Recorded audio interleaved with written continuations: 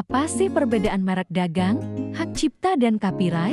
Oke, jadi merek dagang sendiri ya hak kekayaan intelektual di bawah Kementerian Hukum dan HAM. Sebenarnya itu ada 7.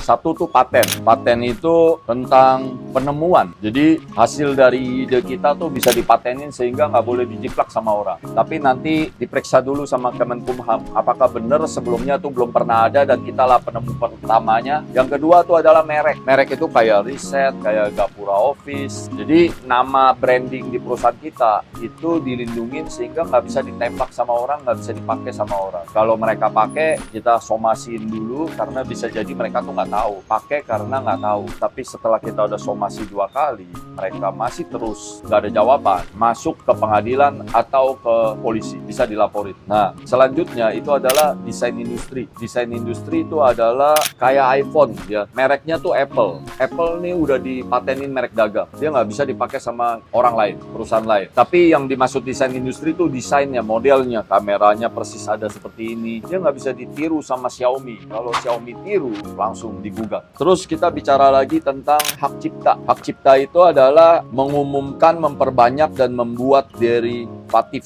dari karya ciptanya. Jadi contoh nih, musik ya, dia kebetulan lindungin hak cipta. Jadi setiap dinyanyiin sama orang itu harus bayar atau harus izin. Izin ya udah pasti bayar. Atau orang itu mau menggandakan lagunya yang udah dipatenin hak cipta. Dia gandain.